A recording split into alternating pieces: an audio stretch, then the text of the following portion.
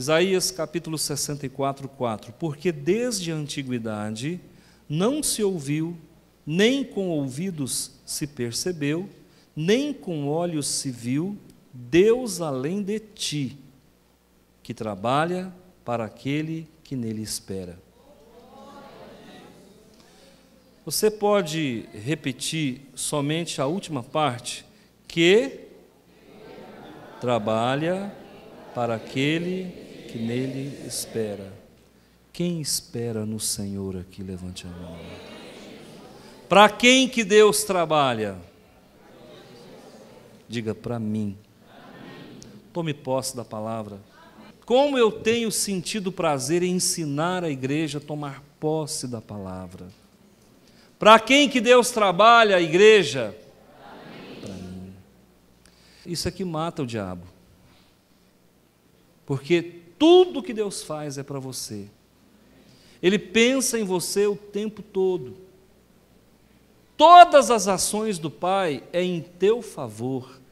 Deus trabalha para você. Ele trabalha para os que nele confiam. Eu vou orar com você. Senhor, em nome de Jesus, nós estamos agradecidos na noite de hoje pelo que o Senhor tem feito. Maravilhas o Senhor tem feito. O Senhor tem trazido sobre nós um discernimento com a capacidade de enxergar o quanto o Senhor é bom. Pai de amor, cada coração, cada irmão, cada família aqui representada está debaixo do teu altar. E o Senhor tem feito maravilhas ao longo de todos os milênios em prol de uma raça, a raça humana, em especial aqueles que confiam no Senhor. Senhor, aquece o nosso coração, acende a lareira do nosso altar, queima, Senhor, com poder dentro do nosso peito a chama do Teu Espírito e faz resplandecer sobre nós essa luz grandiosa do Teu poder imanente, transcendente na autoridade, no poder do nome de Jesus, o nosso Senhor. Aqui nessa noite não há mais distância entre o Senhor e nós. O Senhor está aqui, abençoando os eleitos, os salvos em Cristo Jesus. Louvado sejas o Teu nome. Obrigado por essa noite, Pai. Obrigado por esse culto. É para a honra e glória do Senhor que aqui estamos. Amém. Queridos, eu quero falar de fé e eu quero falar que Deus trabalha para aqueles que nele confiam. Toda a primeira parte do versículo é importante, porque diz assim, porque desde a antiguidade não se ouviu, nem ouvidos se percebeu, nem com os olhos se viu, Deus além de Yahvé. Não há outro Deus maior do que o nosso Yahvé, o nosso Jeová, o nosso grande eu sou. Nós somos o povo mais feliz da face da terra, porque em meio a 7 bilhões de habitantes do planeta Terra, eu vou falar de um povo especial, você. De um povo escolhido, você. De alguém que tem o nome escrito no livro da vida, você. Eu vou falar de um povo vestido com roupas brancas, é você. Um povo que carrega na mão pedras, você. Que tem a marca da promessa, você. O selo do Espírito, você. Batizado com o Espírito Santo no corpo de Cristo. Plenificado com os dons do Espírito e portador dos frutos do Espírito. Você é o motivo e a razão pelo qual Deus trabalha. Pastor, o senhor está enchendo a minha bola? Não, eu estou falando o que está na palavra de Deus. há tempo de corrigir a igreja, de exortar a igreja, e há tempo de exaltar a igreja. Nós somos importantes, irmãos, muito importantes. E o mundo não pode conosco. Diga comigo, eu em Cristo, sou invencível. Nada pode deter-me. Isso não pode nos fazer, irmãos, soberbos, mas pode nos fazer confiante nas promessas do Senhor. Se tem um profeta no Velho Testamento que não tinha poder, mas tinha palavra, Isaías. Isaías é um profeta que me chama a atenção e eu paro para ouvir Isaías falar. Viveu no Reino do Sul, numa época difícil, uma época que antecedeu o cativeiro babilônico, mas Isaías não falou só do seu tempo e do seu povo, ele falou de alguém que nasceria em tempos vindouros e deu detalhes de toda a vida de Jesus 700 anos antes de tudo acontecer. Eu tenho hora que eu fico com dó da alta crítica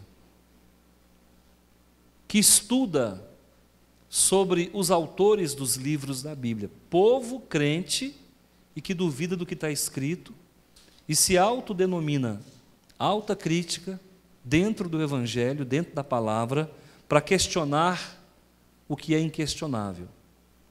Quando Isaías fala do rei Ciro, 200 anos antes do rei Ciro nascer, muitos da alta crítica da teologia disseram, não, Isaías não escreveu sobre o rei Ciro, foi um outro Isaías que viveu depois que o rei Ciro nasceu, porque o homem não pode prever o futuro.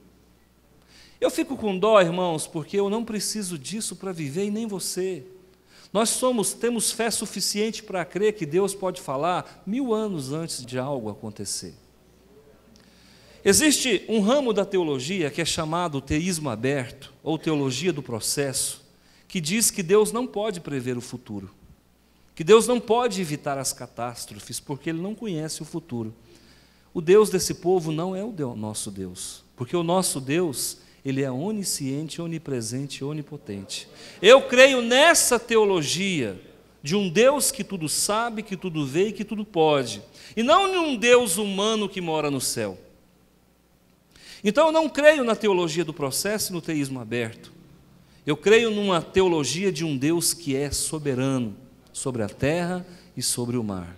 E esse Deus que alguns estudiosos tentam descredibilizar, dizendo que ele não poderia ter profetizado sobre o rei Ciro 200 anos antes, porque esse Deus não tem poder para profetizar algo que vai acontecer daqui 200 anos. Pasmem, ele profetizou sobre o nascimento de Jesus 700 anos antes. E por que as profecias são importantes? Porque alimenta a fé do povo de Deus. Quando eu leio as profecias do profeta Isaías, eu fico forte em Cristo, eu fico grande em Jesus, eu fico invencível, porque ele dá detalhes de tudo o que aconteceria com o Messias. Ele fala com riqueza de detalhes, até que lançariam sorte sobre as suas vestes. Lá nos Salmos fala sobre isso. Lá fala que o rosto de Jesus seria transfigurado de tanto que Jesus ia apanhar. Lá fala que ele seria colocado numa sepultura doada por alguém, porque ele não tinha condições de comprar um túmulo. E nós vamos falar sobre isso agora. E eu estou fazendo hoje essa mensagem, estou pregando sobre isso, para que você saia daqui crente, mais crente do que você é. Nós não podemos ter uma fé mirrada. Nós não podemos sair da porta para fora à mercê da sorte, não. Nós não estamos à mercê do acaso, mas nós estamos protegidos e guardados pelo Todo-Poderoso. O profeta Isaías fala com muita segurança sobre a pessoa de Jesus. Esse Deus que nós servimos, Ele deseja salvar toda a humanidade, mas infelizmente, muitos não serão salvos. Pode acontecer de algum parente meu não ir morar com Deus? Pode. Pode acontecer de alguém que está sentado aqui hoje ouvindo essa palavra, apenas de corpo presente, não passou pelo novo nascimento? Pode. Pode acontecer de pregadores que agradam multidões, mas que na verdade não agrada a Deus? Pode. Queridos, Deus não se deixa impressionar por uma boa retórica, Ele não se deixa impressionar por uma eloquência qualquer. O nosso Deus, Ele trabalha a nível de coração, a nível de alma, a nível de sentimento. E quando Ele olha para você, Ele não vê você como casca, Ele vê você como conteúdo. Esse é o Deus que nós servimos, que antes de você nascer, já te chamava pelo nome. Foi Ele quem te formou no ventre da sua mãe. E você tem essa fisionomia e essa aparência, não por força genética, mas pelo desenho das mãos do Senhor sobre a tua vida.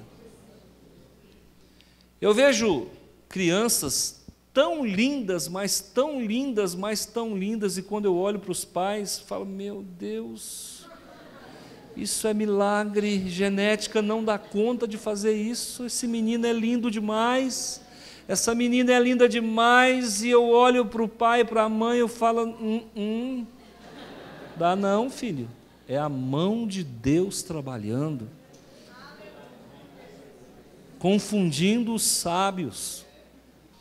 A Bíblia é um manual capaz de transformar a sua vida. Depois que eu conheci a palavra de Deus, a minha vida foi transformada. Eu era leitor do Evangelho segundo o Espiritismo de Allan Kardec, li todas as obras kardecianas, todo o Pentateuco do Espiritismo kardecista, bem fundamentado, tanto que para abandonar a reencarnação eu tive que pedir misericórdia para Deus, falar, Senhor, eu aceito tudo que está na sua palavra, mas a reencarnação é muito justa para mim, o que eu faço com ela? Tem misericórdia, tira isso do meu coração. E isso saiu do meu coração, não por cognição, mas por libertação da parte de Deus. E hoje, irmãos, eu vejo que quem desconhece a palavra vive em trevas. Quem não conhece o Evangelho do Senhor Jesus está vivendo à mercê, sabe, das trevas que o circunda. Nós somos a luz do mundo porque Jesus nos faz luz a cada dia. Nós somos verdadeiros faróis para esse mundo caído, derrotado, para esse mundo obscurecido pelo pecado. Deus trabalha para nós. Tudo o que Ele faz é para nós. Pense comigo. A palavra de Deus diz que Deus vai lançar no lago de fogo a morte, o pecado, Satanás e seus anjos. A palavra de Deus diz que no céu não entra pecado. E a palavra de Deus diz que quem não tem o nome escrito no livro da vida não tem parte com Ele, não tem vida eterna. A palavra de Deus disse que se você não confessar Jesus como Senhor e Salvador da tua vida, você não tem vida eterna. Então, o lago de fogo aguarda o pecado e os pecadores que não se arrependeram, o diabo e os seus anjos, e a morte e as chaves do inferno serão jogadas no lago de fogo. Quem é que vai sobrar em toda essa seleção natural? O povo de Deus. Esse universo grandioso, com tantas galáxias, com tantos astros, com tantos planetas, com tantos sóis, vai existir para quem? Para nós, povo de Deus, que abrimos mão do pecado, que abrimos mão dos prazeres desta vida. E muitas pessoas não querem servir ao Senhor Jesus justamente porque não querem abrir mão das coisas deste mundo. Mas esse mundo não nos pertence. Nós somos forasteiros em terra estranha. Estamos aqui de passagem. O nosso mundo não é aqui, o nosso lar não é aqui. Não se apegue a nada por aqui, passe, caminhe, ande e se prepare para o que o Senhor tem para te entregar, porque nem olhos viram, nem ouvidos ouviram, nem jamais penetrou no coração humano que Deus tem reservado para aqueles que o amam. A vida de Jesus é o fruto do penoso trabalho. E Jesus veio aqui executar um trabalho por você. Ele veio aqui habitar como ser humano, morar num casebre por você. Ele veio aqui pagar todos os nossos pecados. E Ele veio aqui escrever o teu nome, dar-te a salvação por você.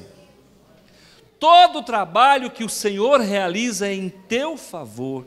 É por isso que Ele trabalha para os que nele confiam. Você sabia que as profecias bíblicas existem, primeiro, para envergonhar o mundo? Porque lá na eternidade, quando houver o julgamento, e alguém se levantar no grande tribunal do trono branco, ou seja lá onde for, e disser: Senhor, mas nós não tínhamos conhecimento de que Jesus era o Salvador, como? Se o meu filho Isaías, 700 anos antes dele nascer, já falou com riqueza de detalhes sobre a vinda do Salvador. Se você não creu porque não quis, tarde demais, a porta da graça está fechada. Eu quero destacar 5 profecias que vão fazer toda a diferença na vida daquele que crê. Primeiro, Isaías profetizou sobre o nascimento de Jesus. Isaías 7,14. Anota aí, Isaías profetizando sobre o nascimento de Jesus, bem antes dele nascer. A virgem conceberá e dará à luz um filho, ele chamará Emanuel. Quem é que deu à luz? Você já viu virgem da luz, irmão? A única virgem que eu conheci que deu à luz foi Maria. Deus trabalha para os que nele confiam. Já começa exigindo de você um pouco mais de fé, porque você vai dizer: você vai me desculpar, pastor, conta outra. Pois é, querido, para andar com Deus tem que ter fé. Sem fé é impossível agradar a Deus. Se você não se dispor a crer, lamento muito, você vai ficar pelo caminho, porque não é só a profecia de 700 anos antes, é a profecia de 700 anos antes de uma virgem que daria à luz. Ai, ai, ai. E o judeu está até hoje sem entender que negócio é esse. Conceberá e dará à luz um filho. Já disse o sexo, qual é? Masculino. E ele será chamado o quê? Emanuel significa o quê? Deus conosco. O judeu está até hoje sem entender, mas espera aí, Jesus é um semideus? É 50% homem, 50% Deus? Negativo, não tem 50%. Deus é pleno, é 100% homem, é 100% Deus. Pastor, essa matemática não fecha. Aliás, com Deus não fecha muita coisa. Jesus é o Emanuel, Deus conosco. Deixa eu te falar uma coisa. Hoje pela manhã, eu falei para a igreja, uma irmã fez uma pergunta muito sábia, eu não sei se a irmã está aqui, muito interessante. Ela falou: pastor, em que lugar da Bíblia está escrito que nós temos que guardar o domingo? Eu falei: em lugar nenhum. Uai, pastor, mas se em lugar nenhum fala que nós devemos guardar o domingo, por que nós guardamos? Porque Jesus ressuscitou no domingo. Porque os nossos pais, os pais na fé, os pais apostólicos, os pais da igreja, guardaram o domingo. Porque os apóstolos se reuniam no domingo. E o domingo é o primeiro dia da semana. Por conta disso, nós guardamos o domingo. E domingo a gente vem à igreja. Pastor, mas então lá na Bíblia diz que deve guardar o sábado.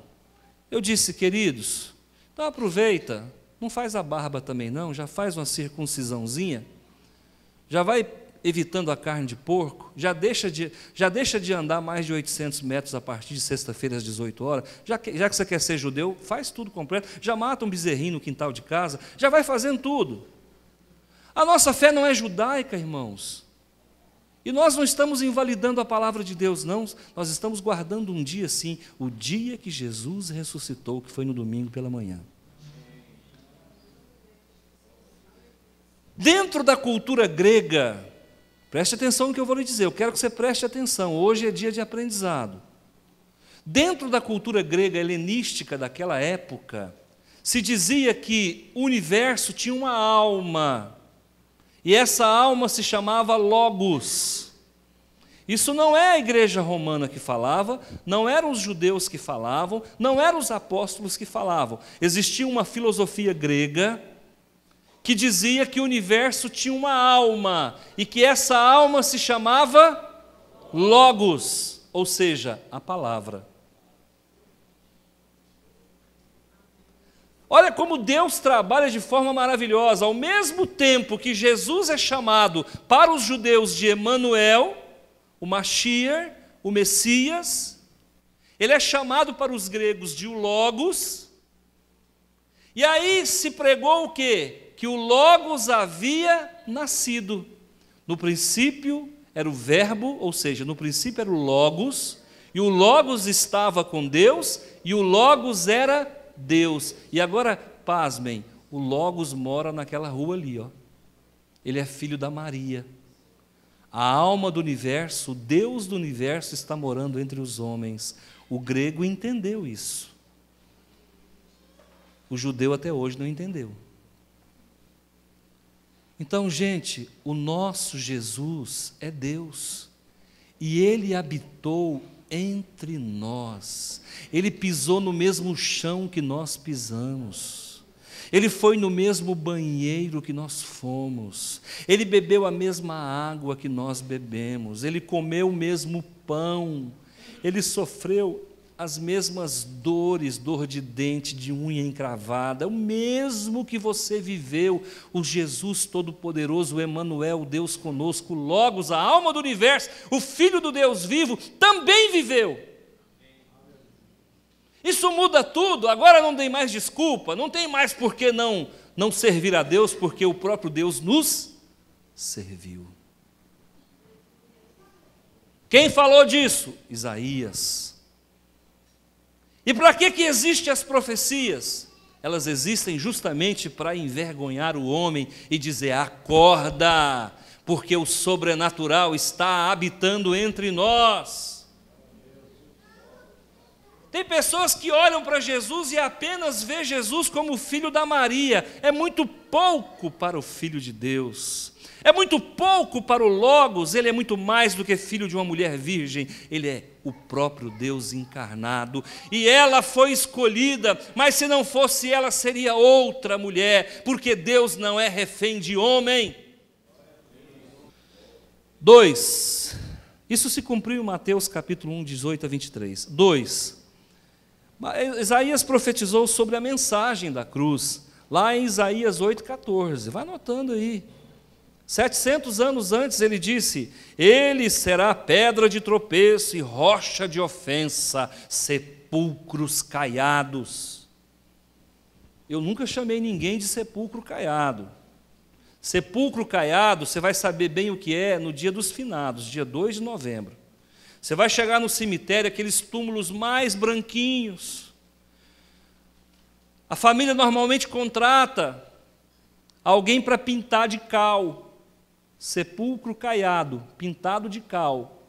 Por fora a coisa mais linda, por dentro só osso, só podre, só restos mortais. Aqui está falando em Isaías 8,14 que Jesus seria pedra de tropeço, rocha de ofensa. Jesus ofendia as pessoas, chamava de sepulcro caiado.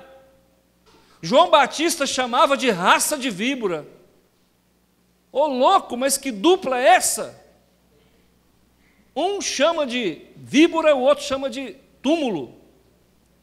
Esse Jesus aqui, irmãos, não trouxe mensagem mamão com açúcar, não. A mensagem do Senhor Jesus era uma mensagem de balançar a roseira. Era uma mensagem, irmão, só aguenta quem está com o nome, sabe, escrito no livro da vida, preparado e eleito para ser salvo, porque é uma mensagem que balança a estrutura. Os fariseus não conseguiam entender porque eles eram salto alto demais, eles usavam salto Luiz XV, e só gente humilde conseguiria suportar aquela mensagem. Isaías profetizou sobre a mensagem da cruz. Isso se cumpriu em Romanos capítulo 9, 31 a 33. A mensagem da cruz incomoda o crente.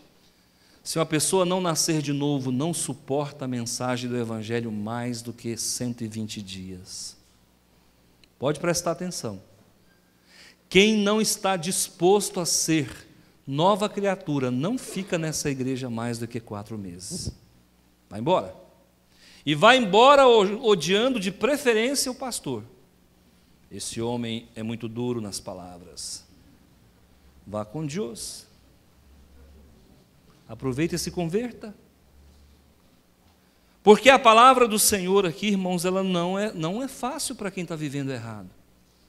Ela balança as estruturas. Ela tem poder para transformar a tua vida. Ela transforma.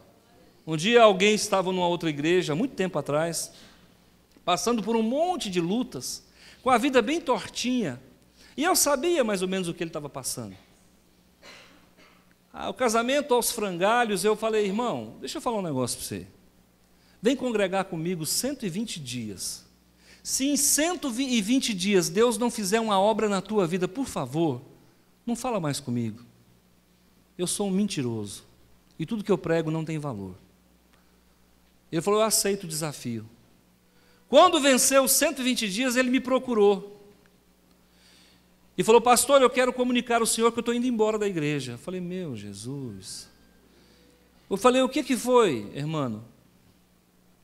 Ele falou assim, o senhor falou que se em 120 dias a minha vida não mudasse, eu poderia até não falar com o senhor mais. Aí eu me gelei todinho, falei, não mudou nada. Ele falou, pastor, eu não quero ter a minha vida mudada, eu quero continuar vivendo errado. Foi honesto. Assumiu 100% da culpa e foi embora. E a vida continua aos frangalhos. Então, irmãos, infelizmente, nem todo mundo está disposto a ouvir uma palavra que balança. Muitos querem mesmo massagem de ego, mamão com açúcar, e esse evangelho eu não sei pregar. Porque nós não estamos aqui para tomar o seu dinheiro. Qualquer pastor que não ande com Deus, que é ladrão e salteador, ele estaria abajulando alguém que tem muito dinheiro. E quem nos conhece sabe que nós não abajulamos ninguém para a honra e glória do Senhor. Existem pessoas que balançam dinheiro para mim assim, ó. Estou abrindo o coração, igreja. Existem pessoas que balançam dinheiro e ele fica sozinho balançando o dinheiro, porque eu não quero o dinheiro dele, eu quero ele. Se ele quer caminhar comigo, eu estou aqui de braços abertos, mas o pastor sou eu e a ovelha é ele. Eu não inverto papéis. Você nunca me viu dando cargo para alguém dentro dessa igreja, porque a pessoa é talentosa, porque a pessoa tem um dízimo diferenciado, ou porque a pessoa tem uma beleza acima da média, ou uma inteligência acima do normal. E é isso que faz a diferença no nosso meio, e é por isso que nós crescemos tanto, porque em meio a tantos defeitos que eu tenho, procuro ser íntegro para com Deus, louvado seja o nome do Senhor. A mensagem do Evangelho é dura. Muita gente não gosta de mim, muita gente me ama, não me larga, porque sabe que eu procuro ser o mais honesto possível. 3. Isaías profetizou sobre a origem de Jesus. Onde é que está isso, pastor? Isaías 22, 22. Fácil de gravar, irmãos. Isaías 7,14, Isaías 8,14, Isaías 22, 22. Olha o tanto que Isaías é importante. Olha o que ele profetizou sobre a origem de Jesus. E olha o que diz a palavra. Porei sobre o seu ombro a chave da casa de Davi. Ele profetizou antes do nascimento de Jesus, que Jesus seria descendente de, pasmem, Maria era descendente de Davi e José era descendente de Davi. Jesus era descendente de pai e mãe da casa de Davi. Olha a palavra de Deus se cumprindo. E por que ele profetizou tanto tempo antes? Para que ninguém tenha culpa, ninguém tenha desculpa de dizer, eu não aceitei Jesus como Salvador, porque eu tinha dúvida se ele realmente era o enviado. Ele é o enviado, foi profetizado centenas de anos antes.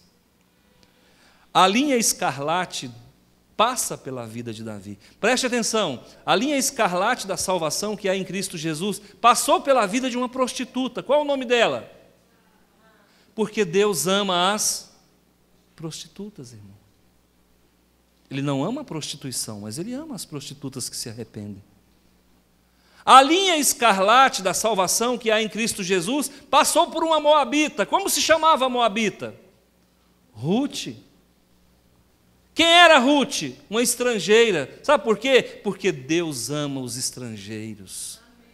Deus é brasileiro, é nada. Deus é brasileiro, Ele é alemão, Ele é africano, Ele é de qualquer nação. Para com isso. Não é só brasileiro, não. Deus está em todos os lugares. A linha escarlate passou pela vida de um rei que cometeu o pior crime que um ser humano pode cometer. Tomou a mulher do outro, colocou o outro na frente da batalha para ele morrer, para ele ficar com a bonitona do bairro. Sabe o que é isso, irmãos? Isso aí é chamado de crime premeditado. Eu não sei nem como é que o direito chama isso, mas isso é dos piores crimes. Foi premeditado, foi tudo tramado. E a linha escarlate passou por esse pecador chamado Davi. Irmãos, Deus ama o pecador, Deus não ama, é o pecado que habita em nós. Davi nasceu num berço real. Jesus tem a chave da casa de Davi. Ele nasceu num berço real. E aí eu quero te dizer uma coisa, você é da linhagem de Jesus. Por isso que você é chamado de sacerdócio real. A realeza de Jesus nos torna nobres. Você é um nobre de Deus. 4. Isaías profetizou sobre o seu poder. Isaías 35, versículos 5 e 6 diz assim: se abrirão os olhos dos cegos. Quem foi João Batista? Quem sabe definir para mim? O último profeta da velha ordem. Jesus disse, olha, nascido de mulher não houve homem maior. Jesus disse, João Batista foi maior do que Eliseu, João Batista foi maior do que Elias, João Batista foi maior do que Moisés, nascido de mulher, não teve homem maior, João Batista foi o maior. E João Batista começa o seu discurso às margens do Jordão, eis que está posto o machado à raiz das árvores, e toda árvore que meu Pai Celestial não plantou, será cortada e lançada no fogo do inferno, e ali haverá choro e ranger de dente. Agora, preste atenção, Jesus vem, começa o seu ministério, vai nas margens do Jordão, pega o bastão de autoridade, o cajado de autoridade, começa o seu ministério, e João Batista disse, eu não sou digno de desatar as sandálias dos teus pés, e uma voz do céu disse, esse é meu filho amado em quem me comprazo, e João Batista viu o Espírito Santo descendo em forma corpórea de uma pomba. Depois que ele foi preso na fortaleza de Maquerus, quando seria cortada a sua cabeça, ele ficou meio perturbado, meio deprê, e ele chama um dos seus discípulos e diz, vai lá, fala para aquele Jesus, se ele é quem eu espero, se ele é quem eu estava esperando, eu devo esperar outro.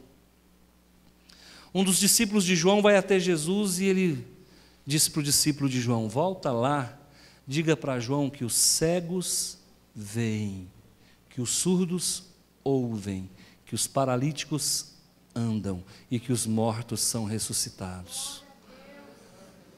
Sabe o que faz a diferença no ministério de Jesus? O poder. O poder. Eu não sei quantos estão aqui hoje, sem enxergar, sem andar, sem ouvir, mas o Deus que nós servimos colocou Jesus para transformar e mudar a tua vida. 5.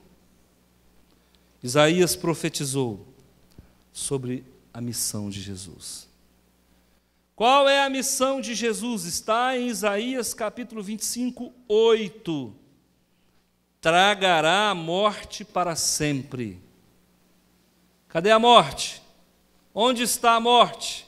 Onde está, ó morte, a tua vitória? Venceu a morte, venceu o mal, não existe morte. Certa feita Jesus disse: não temam os que matam o corpo, porque eles nada podem fazer contra a alma. Na cruz ele disse: eu dou a minha vida para tomá-la de volta. Ele é o Senhor da vida, Ele está sobre a morte, não existe morte. Jesus venceu na cruz do Calvário a morte. Plano A de Satanás: matar o menino Jesus. Herodes então manda matar 2.000 crianças. Não deu certo. Plano B de Satanás: vou pegar ele no deserto. Jesus vai no deserto e faz assim na cara dele, ó. Plano C: evitar que Jesus faça a vontade do Pai. Então Jesus, conversando com os discípulos, ele fala para Pedro e companhia: olha, eu vou morrer. Jamais, Senhor! Jamais o Senhor morrerá. Sai, Satanás! Sai, Satanás! Plano C foi por água abaixo. Plano D: tentar trocar Jesus por Barrabás. O diabo chegou até a oferecer Barrabás no lugar, mas a vontade de Deus é que ele morresse na cruz. Plano E de ervilha: mataram Jesus. Vamos dizer que o corpo dele foi roubado e que ele não ressuscitou. Mas a Bíblia fala que 500 pessoas viram Jesus ressurreto. A Bíblia fala que Jesus esteve 40 dias comendo e bebendo com os discípulos. A Bíblia fala que ele foi assunto aos céus no Monte das Oliveiras. E a Bíblia fala que ele vai voltar para buscar a sua igreja. Qual é a missão de Jesus? Destruir a morte. Haverá um tempo aqui na terra, pasmem, que o homem vai voltar a viver a idade da sequoia. A sequoia vive até 4.000 anos. Você já imaginou eu com 4.000 anos? Sem óculos, sem esse volume abdominal, totalmente esbéltico, lindo e maravilhoso, sem ruga. É esse corpo que Jesus vai devolver para nós. Porque o Adão era bonito, ele ficou feio depois do pecado, depois de ter obedecido a esposa dele. Ele ficou feio. Mas o Senhor Jesus vai devolver de novo isso, porque ele venceu a morte. Pastor, mas então se Jesus venceu a morte, por que a morte não se extinguiu logo após a sua ressurreição? É porque o autor da morte ainda continua andando por aqui. Mau inquilino, não paga aluguel e não quer sair. Ação de despejo nele. Deus vai estabelecer 7 anos para despejar um mal pagador. Como é que se chama esses 7 anos? A grande tribulação. Pastor, eu tenho medo. Fica tranquilo, igreja, você não vai estar aqui. Como é que tira esse mal pagador? Terremoto, maremoto, vulcão, tufão, tornado. Todas as catástrofes virão sobre a terra, porque ele vai ter que ser envergonhado onde ele reinou. O príncipe desse mundo vai ser envergonhado onde ele reinou. E a Bíblia diz que ele será colocado em praça pública. E as pessoas vão passar na praça e olhar e falar: mas era esse que assolava as nações? Coitado. Funciona assim, irmãos. A mesma humilhação que o Filho de Deus passou na cruz do Calvário, o maligno vai passar em praça pública. Sabe o que nós entendemos? Deus trabalha para quem nele confia. Se você confia nessa palavra que eu acabei de pregar, é para você que Deus trabalha. Se você confia que tudo isso aqui é verdade pura e certa, prepara, porque o Senhor vai acrescentar na tua história. O Senhor vai virar a página da tua vida. Ele vai morar dentro da tua casa, do teu coração, do teu casamento, do teu negócio, da tua fazenda, da tua propriedade. Ele vai entrar em todas as áreas da sua vida e vai fazer maravilhas. Quando o nosso querido pastor Alvino estava doente para morrer, o pastor Wellington Rocha esteve comigo. Ele disse: pastor Antônio, está acontecendo algo fenomenal com meu pai. Os médicos estão sem entender. Eu falei: o que, pastor? Ele disse: meu pai tem só 18% de coração. Ninguém sobrevive com 18% de coração. 18% de coração, irmãos, o coração não bate, ele só balança. Está fibrilando, ele não está nem batendo. E o nosso pastor viveu com 18% de coração, porque era um homem que amava a Deus. Enquanto Deus estiver aqui nos segurando, nós não vamos partir. Eu quero dizer para vocês, irmãos, que Deus é quem nos guarda. Confia nele. Confia. Por isso eu digo, igreja, anda com a vida certinha. Anda com a vida correta.